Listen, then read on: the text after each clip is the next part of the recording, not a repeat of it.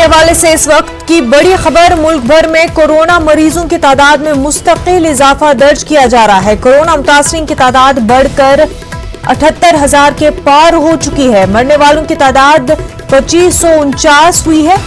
अब तक 49,219 मरीज सेहतयाब भी हो चुके हैं। 26,234 एक्टिव केसेस हैं। 24 घंटों में 3,722 नए मामलों की तशखीस हुई है। एक दिन में 134 अफराद हलाक हुए हैं। पूरे मुल्क में कोरोना के हवाले से आपको अपडेट बता रहे हैं और मजीद तफसीलात के साथ हमारे नुमाइंदे पवन जुड़ चुके हैं। पवन, पूरे मुल्क में इस वक्त कोरोना के हवाले से क्या कुछ अपडेट है? केसेस में कितना ज्यादा जो है उछाल देखने को मिल रहा है?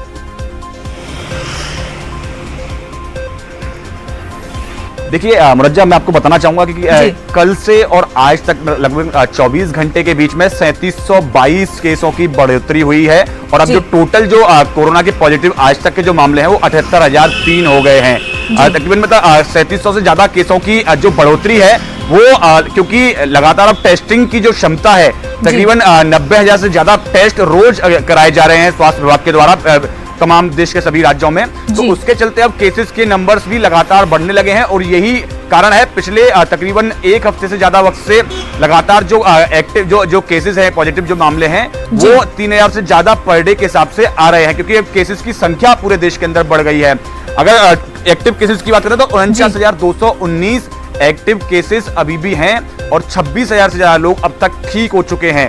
तो क्योंकि इस समय जो क्योर जो है, जो लोगों का ठीक होने का जो रेट है वो भी काफी अच्छा है। इंडिया में अन्य देशों के मुकाबले 30% से ज्यादा जो रोगी हैं, जो कोरोना के पेशेंट हैं वो लगातार ठीक हो रहे हैं। तो ये एक बहुत राहत वाली खबर है। इसके साथ साथ जो पहले जो कोरोना के मामलों का जो डबलिंग जो रेट था, पहले 10 दिन में मामले डबल हो रहे थे, लेकिन अब जो डबलिंग रेट है वो 12 दिन से ज्यादा हो गया है। तो ये भी एक बहुत बड़ी राहत की खबर है।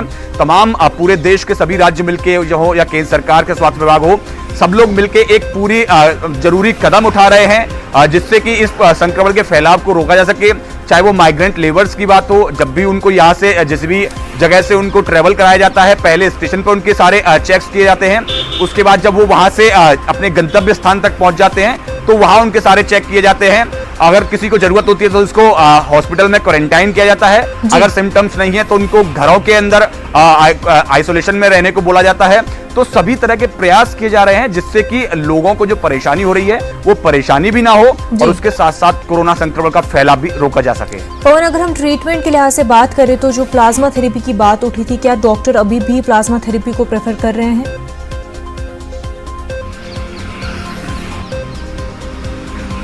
देखिए क्योंकि ये टेस्टिंग लेवल पर है, क्योंकि बहुत ज्यादा पेशेंट को अभी भी जो बहुत ज्यादा सीरियस पेशेंट होते हैं उन्हीं के ऊपर इसका टेस्ट किया जा रहा है। इसलिए कुछ जगह पे इसका उपयोग हो रहा है ज्यादा सीरियस जो पेशेंट हैं, लेकिन ज्यादातर पेशेंट इस कोरोना में ऐसे हैं जिनको बहुत ज्यादा सिम्टम्स नहीं है, सिर्फ एक फ्लू लाइक सिम्टम्स होते हैं, खांसी होती है, जुकाम होता है या हल्का फीवर होता है। तो ऐसे में नॉर्मल जो फ्लू की दवाइयां भी कहीं कहीं डॉक्टर्स दे रहे हैं, जिससे 7 से 10 दिन के अंदर उनका ट्रीटमेंट पूरा हो पा रहा है। यही कारण है कि पिछले 2 दिन पहले हेल्थ मिनिस्ट्री ने अपनी जो गाइडलाइंस थी उनको भी रिवाइज किया था।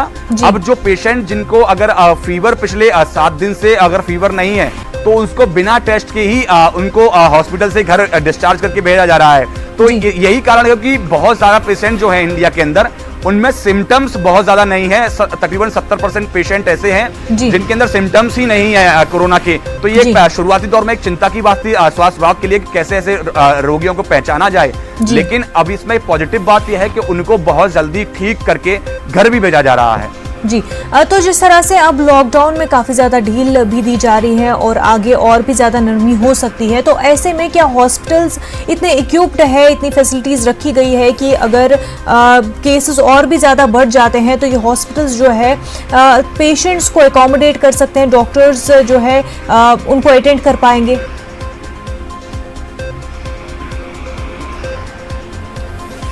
जी बिल्कुल, केंद्र सरकार चाहे वो मिनिस्ट्री ऑफ होम अफेयर्स हो, चाहे स्वास्थ्य विभाग हो या राज्य सरकारें हों, सभी के साथ लगातार तालमेल करके सभी राज्यों में जिले स्तर तक सारी फैसिलिटीज उपलब्ध करा रहे हैं, जिससे कि अगर संख्या में बढ़ोतरी होती है जी। तो उसको कोई बहुत ज्यादा चिंता की विषय ना बने और उनके लिए सारे एहतियातन कदम उठाए जा सके, सारे इंतजाम किए जा सकें। इसके लिए खुद प्रधानमंत्री लगातार राज्यों के मुख्यमंत्रियों के साथ आपने देखा है कि खुद उनके साथ बातचीत कर रहे हैं, जो भी आगामी कदम उठाने जा रहे हैं उनको लेकर लगातार जो विचार विमर्श किया जा रहा है। तो इसका कारण यही है कि सभी राज्यों के साथ एक फेडरल स्ट्रक्चर में सबसे बातचीत हो, सब लोग मिलकर ऐसे कदम उठाएं कि आगे अगर केसेस की संख्या आगे बहुत ज्यादा बढ़े तब भी उसमें कोई चिंता की विषय नहीं हो। सब लोग एक साथ मिलकर काम करें, जिससे कि जो एक संकट है वो खत्म किया जा सके। बिल्कुल पवन, बेहद शुक्रिया तमाम तफसीलात के लिए।